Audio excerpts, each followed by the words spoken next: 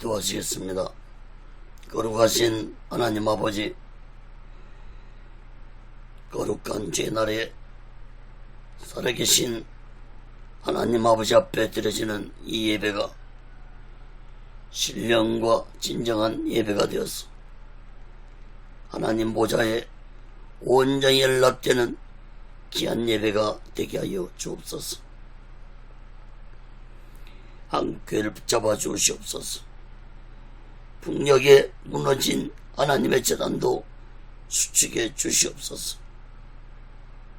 이 땅에서 두 번 다시 동족 간에 전쟁이 일어나지 않도록 막아 주시옵소서. 저희 선생의 장벽이 하나님의 말씀으로 예수 그리스도의 능력으로 무너지게 하여 주시옵소서. 북한의 공산주의자들의 세력들이 하나님의 심판을 받아 멸망받게 도와주시고, 북한의 모든 전쟁 준비 무기물자들이 사용되지 못하도록 막아 주시옵소서. 북녘 땅에 고통당하고 있는 하나님의 백성들을 구원해 주시고, 저 북한 땅에도 하나님의 은혜와 평강이 임하게 도와 주옵소서. 거룩하신 하나님 아버지, 이 남한 땅이 코로나로 심히 어려운 가운데 있습니다. 정치, 경제적으로도 어려운 가운데 있습니다. 아버지 하나님, 이 나라를 버리지 말아 주시옵소서. 이 백성을 버리지 말아 주시옵소서. 이 땅의 교회들을 버리지 말아 주시옵소서. 다시 한번 이 나라, 이 민족 위에 하나님의 은혜가 임하게 도와주시고, 하나님의 주권으로, 하나님의 공의로 이 나라가 다스림받게 도와주시옵소서. 불의와 불법이 난무하는 세상이 되지 않게 해주옵소서. 동성애법과 차별금지법이 국회를 통과하지 않도록 막아 주시옵소서. 거룩하신 하나님 아버지, 오늘 시간에도 하나님의 말씀이 전해질 때 이 말씀이 땅끝까지 전파되게 도와 주시옵소서. 저 북녘 땅까지도 전해지게 도와주시고, 중국 지하 교회 성도들도 이 말씀을 듣고 하나님의 은혜를 받게 도와 주옵소서. 오직 예수 훈련원도 하나님의 뜻 가운데서 세워주시고 인도해 주시옵소서. 오늘 시간에도 이 부정한 종을 성령의 도구로, 말씀의 도구로 온전히 사용해 주시옵소서. 모든 영광을 하나님께 드리며 예수 그리스도로 간절히 기도합니다. 아멘. 할렐루야. 오직 예수. 마태복음 10장 말씀을 전하겠습니다. 내가 너희를 택하였노라. 이러한 말씀을 전할 때 여러분 모두에게 하나님이 크신 은혜와 은총이 임하기를 예수 그리스도로 간절히 축원합니다. 성경을 펴놓으시고 하나님의 말씀을 들으시면 더욱 크신 은혜가 임할 줄 믿습니다. 예수님은 오늘 본문에서 12명을 선택해서 제자를 삼으셨습니다. 제자들의 직업은 다양했습니다. 12명 중에서 4명은 어비였고, 세리도 있었고, 열심다원도 있었고, 또한 특별한 직업이 없는 백성들도 있었습니다. 그야말로 예수님 제자들은 모두 다 당시에 별 볼 일 없는 자들이었습니다. 예수님은 제자들과 함께 3년 6개월 동안을 동거동락하면서 제자들에게 많은 가르침을 줬지만 제자들이 예수를 따르던 목적과 예수님이 제자들을 선택한 목적이 달랐습니다. 여러분, 제자들이 예수님을 따른 것은 예수님을 정치적 메시아로 믿고 따른 것입니다. 그러나 훗날에 자신들이 야망을 채우기 위해서 예수님을 따른 목적이 무너지자 그들은 예수님을 버리고 떠났습니다. 당시에 유대인들이 가지고 있던 정치적 메시아 사상을 제자들도 그대로 가지고 있었습니다. 예수님은 이런 자들을 3년 6개월 동안 변화시키기 위해서 가르쳤지만 제자들은 예수님이 붙잡히자 모두 다 도망을 갔습니다. 예수님의 수제자였던 베드로는 예수님이 보는 앞에서 예수님을 3번이나 부인하고 저주까지 했습니다. 사랑하는 여러분, 이렇게 비겁하고 무지한 제자들이 언제 변화를 받았습니까? 예수님이 십자가에서 죽으신 후 3일 만에 부활하셔서 제자들에게 40일 동안 약 10번 나타나셔서 제자들에게 믿음과 확신을 주었습니다. 그리고 제자들은 예수님 말씀에 순종해서 예루살렘을 떠나지 말라는 예수님 말씀에 순종하고 마가다락방에 모여 기도할 때 성령의 불을 받고 성령이 제자들에게 강하게 임함으로 비로소 예수님이 바라셨던 제자들이 되었습니다. 사랑하는 여러분, 여러분은 예수님을 믿는 목적이 무엇입니까? 성령 받기 전 제자들처럼 자신의 욕망과 야망을 채우기 위해서 예수를 믿고 있다면 우리 또한 성령보다 오직의 수마음과 오직의 수신함으로 제자들처럼 살아가는 귀하고 복되고 지혜로운 자 되시기를 예수 그리스도로 간절히 축원합니다. 첫 번째로 마태복음 10장 1절에서 4절까지 보면은 택함받은 12명의 제자입니다. 마태복음 10장 1절에서 4절 봅니다.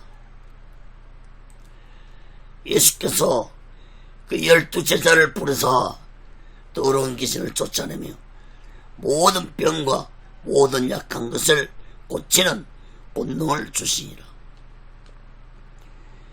12사도의 이름은 이러하니 베드로라는 시몬을 비롯하여 그의 형제 안드레와 세베대 아들 야고보와 그의 형제 요한, 빌립과 바돌레메, 도마와 세리 마테, 알페오 아들 야고보와 타데오, 가나안인 시몬과 및 가는 유다 곧 예수를 반자라. 여러분 1절에 보면은 예수님의 12명의 제자들을 예수님이 택하시고 그들에게 귀신을 쫓아내고 병든 자를 치료하는 권능을 주었다고 했는데 이것은 곧 예수님이 제자로서의 권위를 제자들에게 주셨다는 것입니다. 이때 제자들은 성령 받기 전입니다. 그럼에도 불구하고 예수님은 제자들에게 귀신을 쫓아내고 병을 고치는 권능을 주었습니다. 그러므로 곧 성령의 능력이 예수님의 능력이라는 것을 깨닫기 바랍니다. 2절에 보면은 제자들을 사도라고 칭하셨습니다. 여러분, 제자와 사도는 그 영적 권위가 다릅니다. 제자는 가르침을 받는 자라면은 사도는 보냄을 받은 자라는 뜻입니다. 헬라어로 아포스톨로스라고 하는데 내가 보냈다라는 의미의 말씀입니다. 즉 사도는 한 나라를 대표해서 다른 나라로 보냄을 받은 대사와 같은 직책입니다. 신약에 보면은 예수님 제자들이 많지만 사도라고 칭함을 받은 자들은 소수였습니다. 예수님 제자들에 비로소 사도로서 사명을 감당할 수 있었던 것은 마가 다락방에서 성령 충만 받은 후에서야 사도로서의 사명을 온전히 감당할 수 있었다는 사실을 깨닫기 바랍니다. 2절에서 4절까지 12명의 제자들의 이름이 언급되었습니다. 12명 제자들에 대한 자세한 것은 앞으로 12명의 제자들의 이름이 계속 언급될 것이므로 그때그때마다 한 사람 한 사람 자세히 말씀을 드리겠습니다. 제자들 12명 중에는 친형제들이 있었는데 베드로와 안드레가 형제였고 야고보와 요한이 친형제였습니다. 특히 이들 4명은 모두 다 갈릴리 바다에서 고기를 잡던 어부들이었습니다. 안드레가 베드로의 형매도 불구하고 베드로의 이름이 먼저 언급된 것은 베드로는 예수님의 수제자였기 때문이라고 봅니다. 사도 요한의 형이었던 야고보는 12명의 사도들 중에 가장 먼저 순교를 했습니다. 그리고 이어서 빌립과 바돌레메와 도마와 세리 마테와 알페오 아들 야고보와 타데오가 택함을 받았고 이어서 가나안인 시몬과 가룟 유다가 택함을 받았는데 시몬과 가룟 유다는 열심당원이었습니다. 열심당원은 좋게 말하면은 이스라엘 독립을 위해서 로마 정부를 위해 싸우는 단체였습니다. 나쁘게 말한다면은 이들은 오늘날로 말하면은 극렬주의자 운동권자들이었습니다.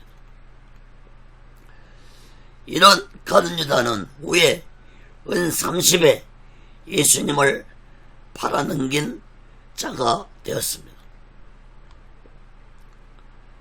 사랑하는 여러분, 예수님은 왜 이런 유다를 제자로 택하셨을까 하는 의문이 우리에게 생깁니다. 가룟 유다는 12제자 중에서 돈을 맡아서 관리하는 회계 업무를 담당했을 정도로 가장 신임을 받은 자였습니다.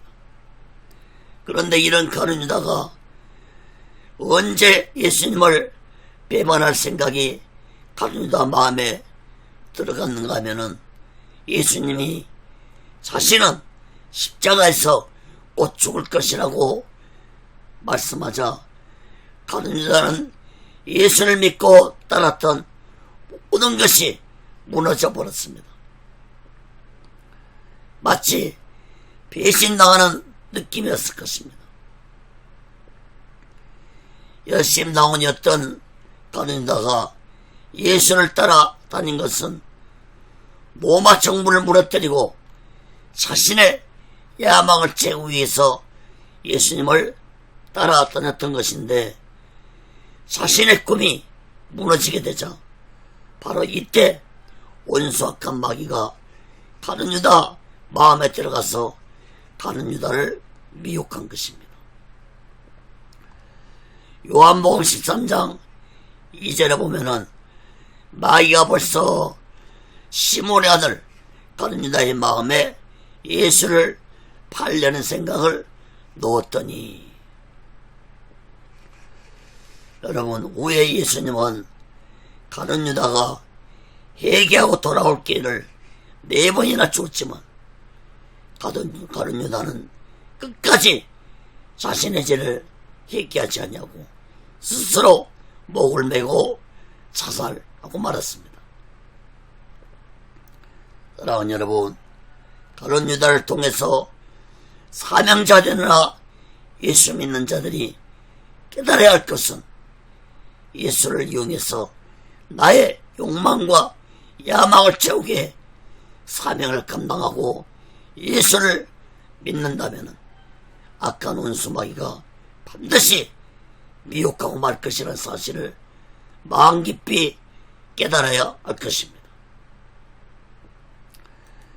사랑하는 여러분, 다른 유다 같은 악한 자도 제자로 대가해 주신 예수님은 오늘날도 악한 자를 대가하여 제자로 삼아주신다는 사실을 마음 깊이 깨닫고 다른 유다 같은 어리석고 무지한 자들이 되지 말고 오직 예수를 위해 순교했던 11명의 제자들의 신앙을 본받아서 우리 모두 다 오직 예수 마음과 오직 예수 신앙으로 살아가는 귀하고 복되고 지혜로운 자 되시기를 예수 그리스도로 간절히 축원합니다. 두 번째로 마태복음 10장 5절에서 15절까지 보면은 제자들의 사명에 대해 말씀했습니다. 예수님은 제자들을 가르치시기만 하지 않고 제자들이 직접 몸으로 체험하도록 세상에 보내었습니다. 예수님이 바로 실전신학을 제자들에게 행하신 것인데 3가지로 살펴보겠습니다. 첫째, 마태복음 10장 5절에서 8절에 보면은 너희가 거처받았으니 거처주라고 말씀했습니다. 마태복음 10장 5절에서 8절 봅니다. 예수께서 이 12를 내어보내시며 명하여 가라사대 이방인의 길로도 가지 말고 사마리아인의 고래도 들어가지 말고 차라리 이스라엘 집에 잃어버린 양에게로 가라. 가면서 전파에 말하되 천국이 가깝다고 병든 자를 고치며 죽은 자를 살리며 문둥이를 깨끗하게 하며 귀신을 쫓아내되 너희가 거처받았으니 거처 주어라. 너희 전대에 금이나 은이나 동이나 가지지 말고 여행을 위하여 주머니나 두보롯이나 신이나 식빵이를 가지지 말라. 이는 일꾼이 저 먹을 것 받는 것이 마땅함이니라. 예수님은 제자들에게 이방인들의 길과 이방인들이 사는 사마리아 고을에는 가지 말라고 했는데 이것은 곧 아직은 이방인들에게 복음을 전할 때가 아니라는 것을 의미하는 말씀입니다. 예수님은 제자들이 성령을 받기 전이었으므로 혹시나 이방인들에게 복음을 전하다가 상처를 받을까 염려했었던 것입니다. 후에 제자들이 성령 받은 후에는 이방인들에게 복음을 전파했습니다. 사랑하는 여러분, 예수님은 제자들에게 길 잃은 양들에게 관심을 가지라고 말씀하면서 그들에게 천국이 가깝다라고 전파하면서 병든 자와 죽은 자를 살리고 문둥 병을 깨끗하게 치료해주고 귀신들을 쫓아내주라고 말씀했습니다. 사랑하는 여러분, 성령을 받지도 않는 제자들이 어떻게 이런 표적과 기적을 나타내는 능력을 행할 수 있겠습니까? 이것은 곧 예수님이 제자들에게 일시적으로 성령의 능력을 주셨다고 볼 수 있습니다. 그러므로 오순절날 임한 성령의 능력은 곧 예수님의 능력임을 깨닫기 바랍니다. 예수님은 제자들에게 성령의 능력을 너희가 거저받았으니까 너희들도 거저주라고 말씀했습니다. 여러분 9절 10절 말씀을 주목해 보시기 바랍니다.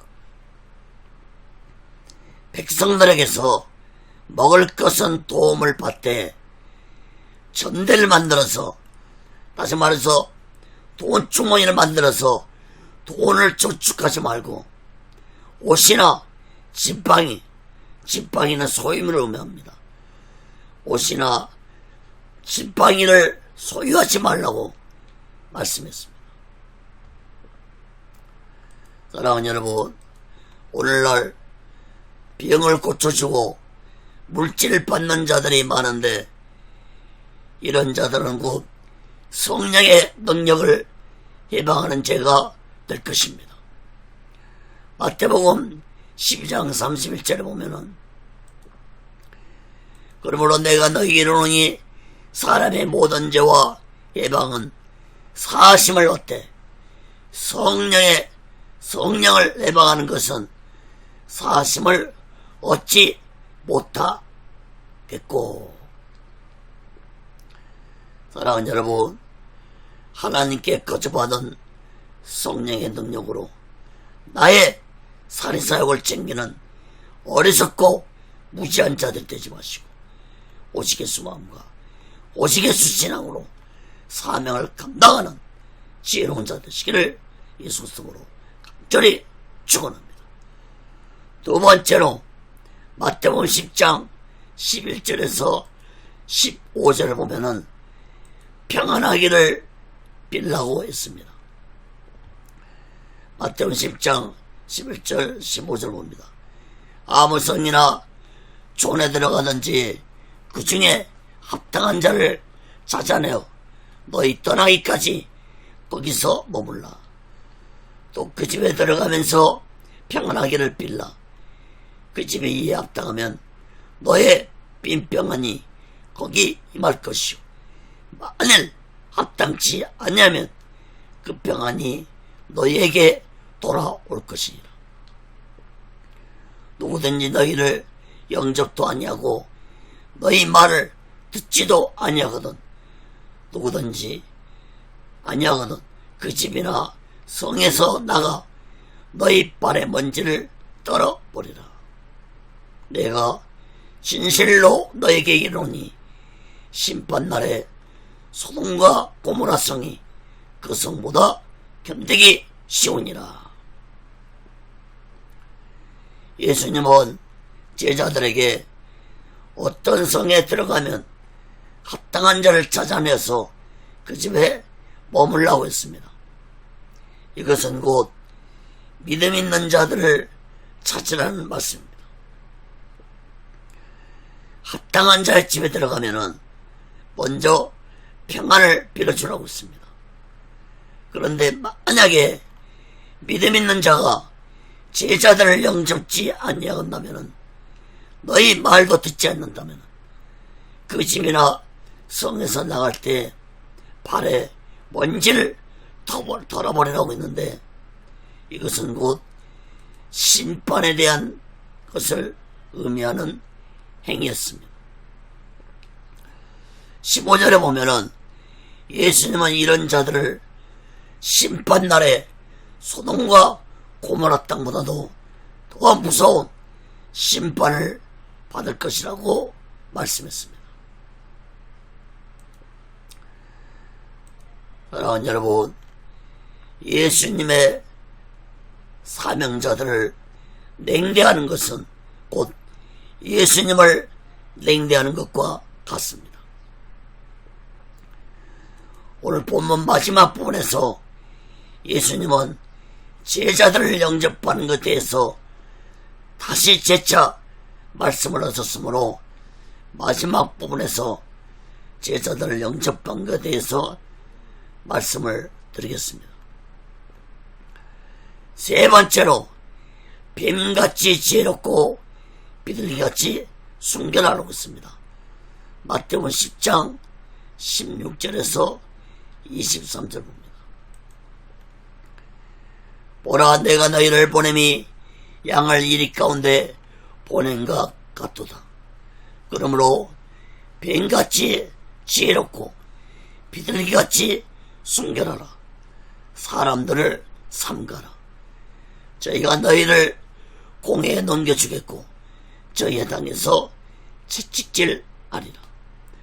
또 너희가 나를 인하여 종도들과 임금들 앞에 끌려가리니 이는 저희와 이방인들에게 증거가 되게 하려 하심이라.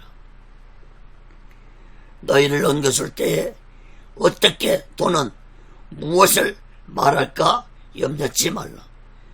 그때 무슨 말할 것을 주시리니 말하는 이는 너희가 아니라 너희 속에서 말씀하시는 자 곧 너희 아버지의 성령이시니라. 장차 형제가 형제를, 아비가 자식을 죽는데 내어주며 자식들이 부모를 대적하여 죽게 하리라. 또 너희가 내 이름을 인하여 모든 사람에게 미움을 받을 것이나 나중까지 견디는 자는 구원을 얻으리라. 이 동네에서 너희를 핍박하거든 저 동네로 피하라. 내가 진실로 너에게 이르노니 이스라엘의 모든 동네를 다 다니지 못해서 인자가 오리라. 예수님은 제자들을 사나운 이리 가운데 보내는 양과 같다고 말씀했습니다. 마치 어린아이를 들판에 내어놓은 것 같은 마음으로 예수님은 제자들을 세상에 보냈습니다. 예수님은 제자들에게 뱀처럼 지혜롭고 비둘기처럼 순결하라고 말씀했습니다. 여러분, 성경에서 뱀은 모두 악한 사탄을 의미하지만 여기에서 예수님이 말씀하신 뱀은 사탄이 아닌 일반 뱀의 동물에 대해 비유를 하신 것입니다. 여러분, 뱀이라는 동물은 자신의 몸을 환경에 따라서 색깔로 변화시키면서 자신의 몸을 보호합니다. 뱀이 비록 땅에 기어다니지만 느린 것 같지만 뱀은 신속하게 움직이는 특징을 가지고 있습니다. 그러므로 제자들도 악한 이리 가운데 같은 자들 속에서 지혜롭게 자신들의 몸을 보호하면서 복음을 신속하게 전하는 자들 되라고 예수님은 말씀을 하신 것입니다. 또한 비둘기같이 순결하라는 것은 거룩한 마음으로 사명을 감당하라는 것입니다. 예수님이 말씀은 훗날에 예수님이 이 세상을 떠나고 없을 때에도 제자들이 반드시 깨닫고 지켜야 할 말씀이었습니다. 또한 오늘날 예수님의 사명을 감당하는 자들이 반드시 지켜야 할 말씀입니다. 뱀같이 지혜롭고 비둘기같이 거룩한 순결을 가지고 사명을 감당해야 할 것입니다. 특히 17절 말씀에 보면은 예수님은 제자들에게 사명을 감당할 때 고난과 핍박을 당할 것이라고 말씀했습니다. 사람들을 조심하라고 했는데 이것은 당시에 종교 지도자들을 조심하라는 것입니다. 오늘날도 우리는 이단들을 조심해야 되고 사람들을 조심해야 할 것입니다. 복음을 전할 때 제자들 너희들을 공에 넘기고 핍박할 것이라고 말씀했습니다. 또한 그들에게 붙잡혀 고난을 당할지라도 무슨 말을 할까 염려하지 말라고 하시면서 성령께서 너희에게 할 말을 하도록 해주실 것이라고 말씀을 했습니다. 또한 21절 23절 말씀을 주목해 보시기 바랍니다. 가장 가까운 형제 부모가 제자들의 대적이 되고 제자들을 핍박할 것이라고 말씀했습니다. 여러분, 그 어떤 핍박보다도 형제 부모에게 당하는 핍박은 견디기 힘든 핍박입니다. 예수님은 이러한 핍박과 고난은 예수님 때문에 일어나는 것이므로 끝까지 견디라고 말씀했습니다.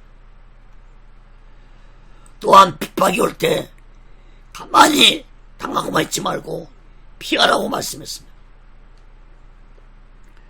특히 23절에 보면은 핍박을 피해서 이 동네 저 동네 다니기 전에 예수님이 오실 것이라고 말씀했습니다.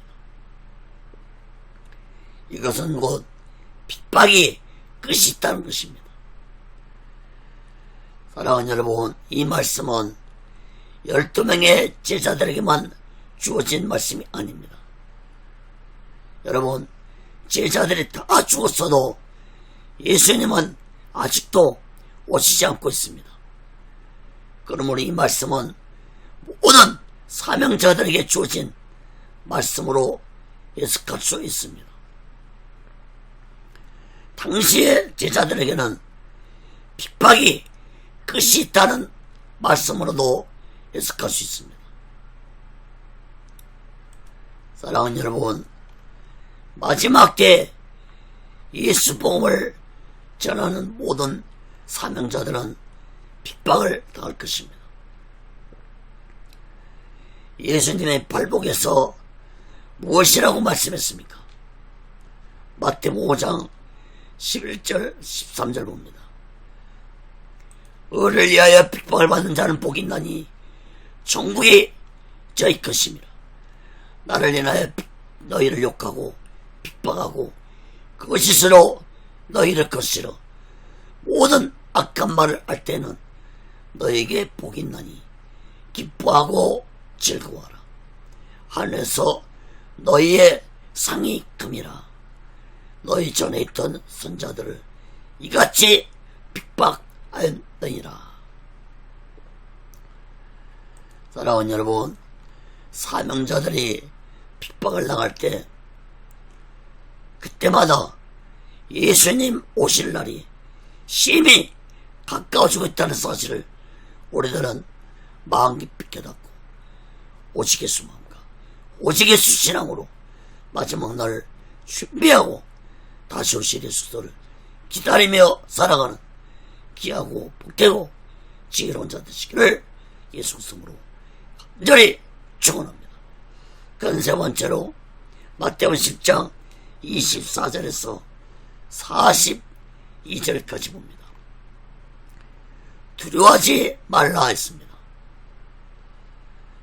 사랑하는 여러분, 사명자에게 가장 중요한 것은 강하고 담대한 믿음을 가지고 사명을 감당하는 것입니다.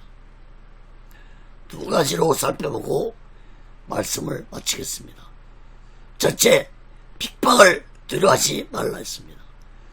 마태복음 10장 24절에서 33절까지 봅니다. 제자가 그 선생보다 또는 종이 그 상전보다 높지 못하나니 제자가 그 선생 같고 종이 그 상전 같으면 족하도다. 집주인을 바알세불이라 하였거든 하물며 그 집사람들이라. 그런즉 저희를 두려워하지 말라. 감추인 것이 드러나지 않을 것이 없고 숨은 것이 알려지지 않을 것이 없느니라. 내가 너에게 어두운 데서 이르는 것을 강명한 데서 말하며 너희가 귀 속으로 듣는 것을 집 위에서 전파하라. 몸은 죽여도 영혼은 능히 죽이지 못하는 자들을 두려워하지 말고 오직 몸과 영혼을 능히 지옥에 멸하시는 자를 두려워하라. 참새 2마리가 한 아사리온에 팔리는 것이 아니냐. 그러나 너희 아버지께서 허락지 아니하시면 그 하나라도 땅에 떨어지지 아니하리라. 너희에게는 머리털까지 다 세신받았나니 두려워하지 말라. 너희는 많은 참새보다 귀하니라. 누구든지 사람 앞에서 나를 시인하면 나도 하늘에 계신 내 아버지 앞에서 저를 시인할 것이요. 누구든지 사람 앞에서 나를 부인하면 나도 하늘에 계신 내 아버지 앞에서 저를 부인하리라. 예수님은 24절 25절에서 어떤 제자도 스승보다 높지 못하고 어떤 종도 주인보다 높지 못하다고 했는데, 예수님의 이 말씀은 예수님 자신이 핍박을 받으실 것이므로 사명자들은 마땅히 핍박을 받을 각오를 하고 사명을 감당해야 한다는 의미의 말씀인 것입니다.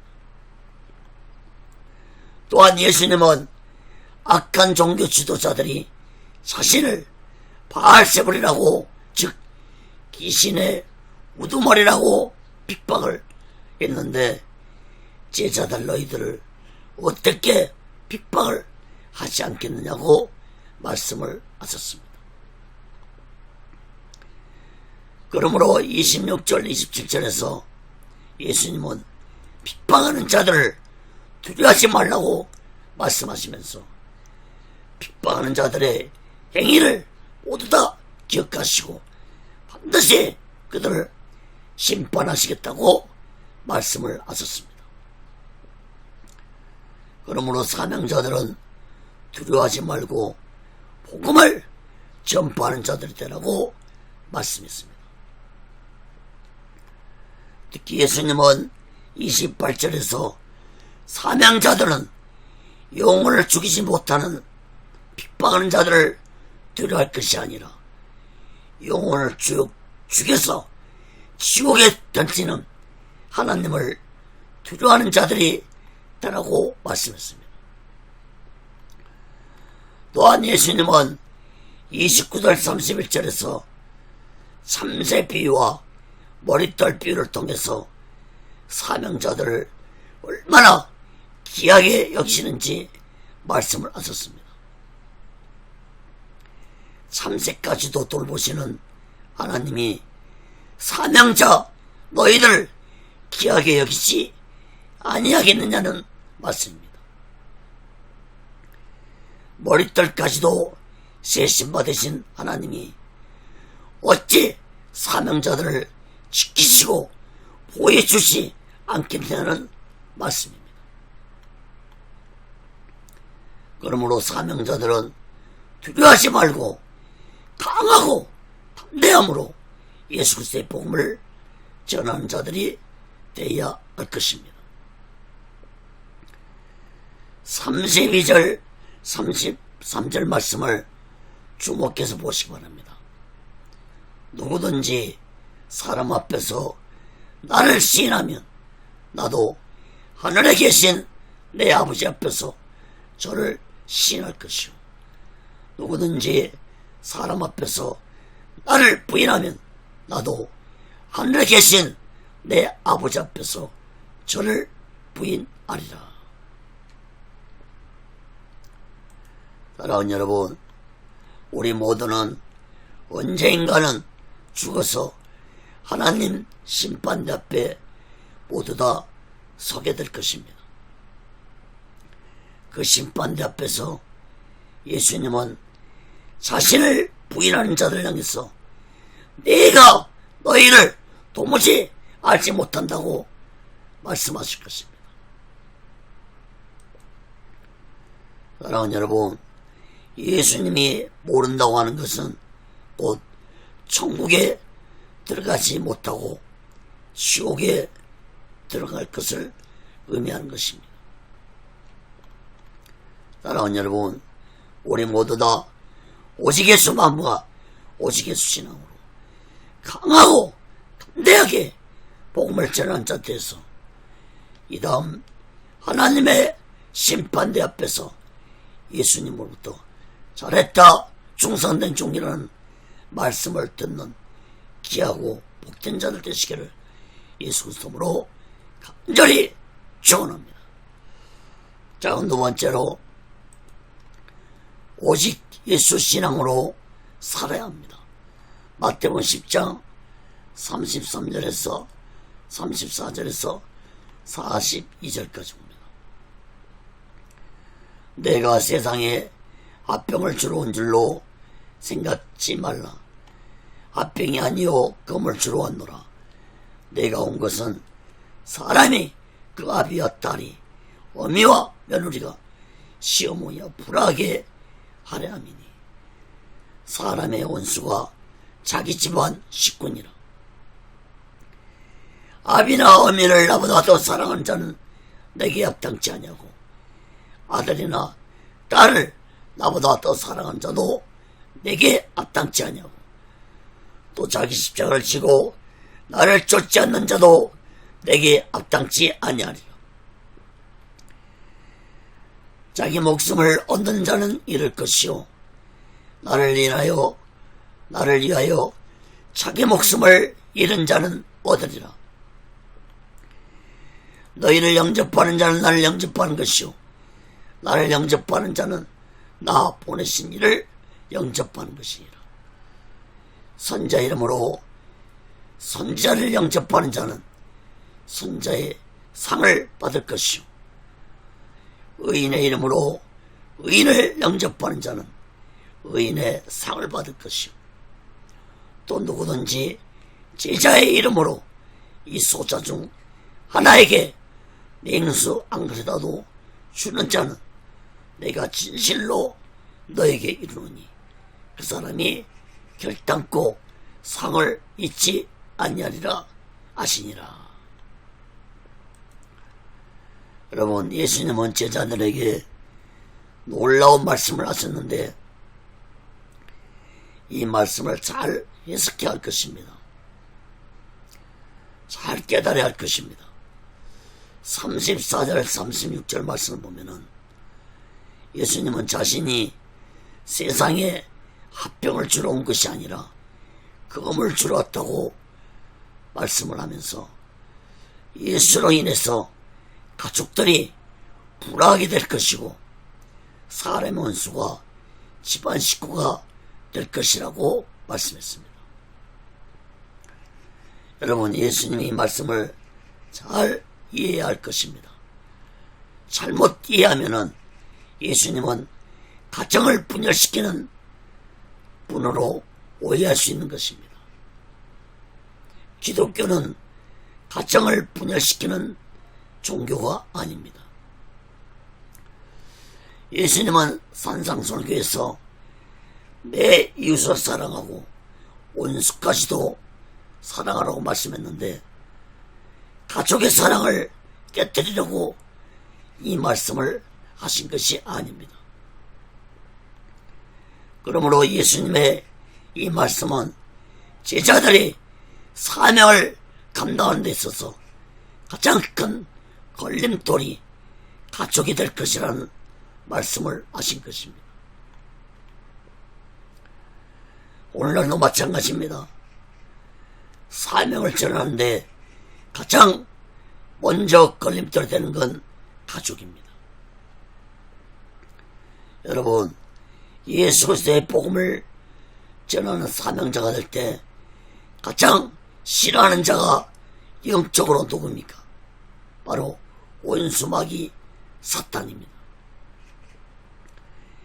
이 온수마귀 사탄은 사명자의 가족을 통해서 사명자의 길을 가지 못하게 할 것이라는 말씀을 예수님이 하신 것입니다.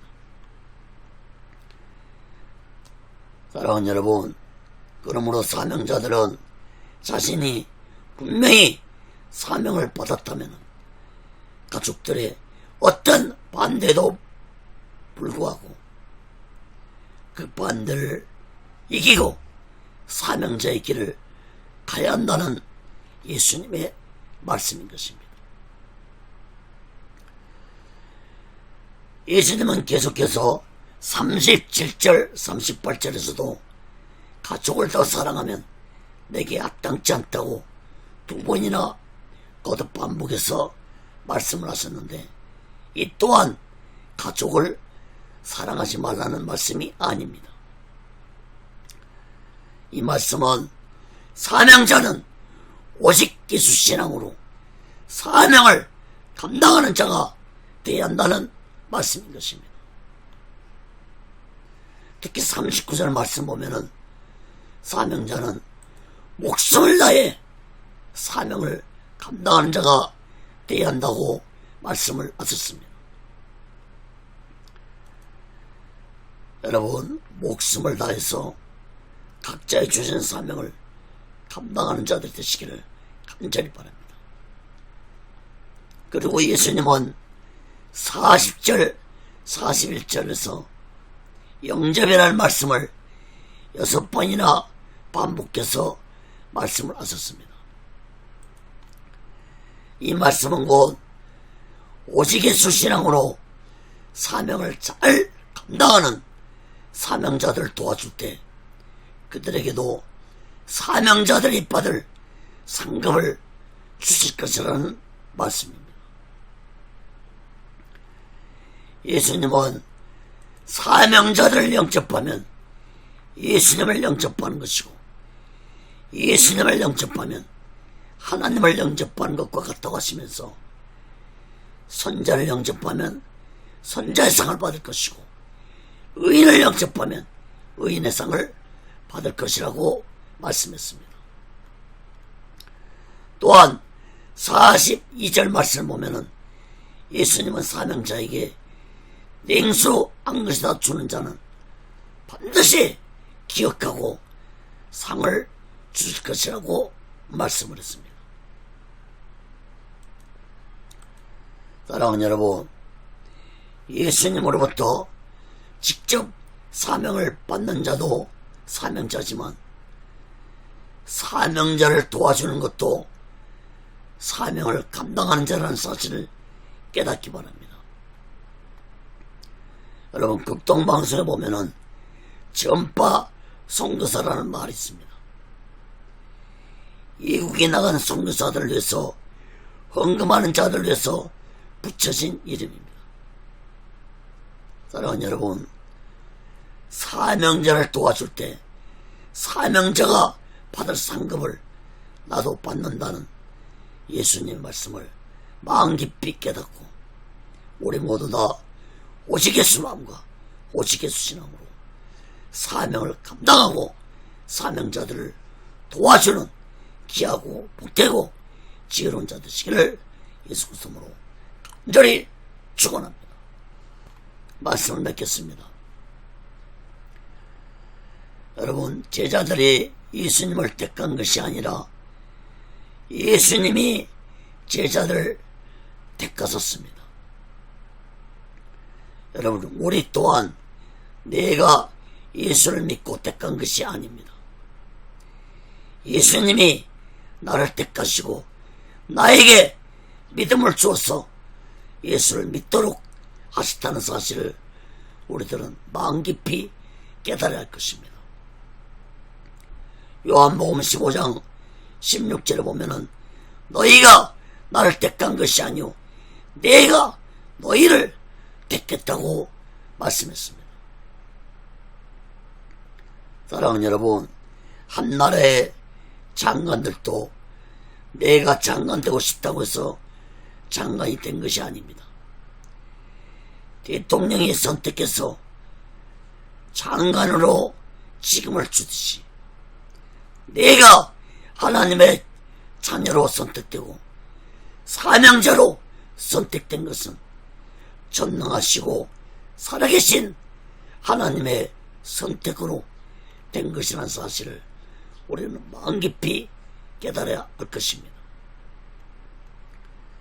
사랑하는 여러분, 세계 72억 인구 중에서 내가 하나님의 택함을 받아 구원받았다는 이 놀랍고 이 크신 은혜를 우리는 날마다 감사하면서 날마다 마음 깊이 깨달으면서 오직 예수 마음과 오직 예수 신앙으로 이 마지막 때를 살아가는 귀하고 복되고 지혜로운 자 되시기를 예수 그리스도로 간절히 축원합니다. 기도하겠습니다. 거룩하신 하나님 아버지, 너희가 나를 택한 것이 아니오 내가 너희를 택하고 세웠다고 하신 하나님 아버지, 아버지 하나님, 모래알처럼 많은 사람들 가운데서 나를 택하시고 구원해 주신 이 은혜, 얼마나 놀라운 은혜입니까? 날마다 이 놀라운 은혜에 감사하면서 오직 예수 신앙으로 살아가는 지혜로운 자들 되게 도와 주옵소서. 아버지 하나님, 나를 사명자로 불러주시고 또한 사명자를 도울 수 있는 힘과 능력을 우리들에게 주시옵소서. 오직 예수 훈련도 세워주시고 인도하시고 다스려 주시옵소서. 모든 영광을 하나님께 드리며 예수 그리스도로 간절히 기도하나이다. 아멘.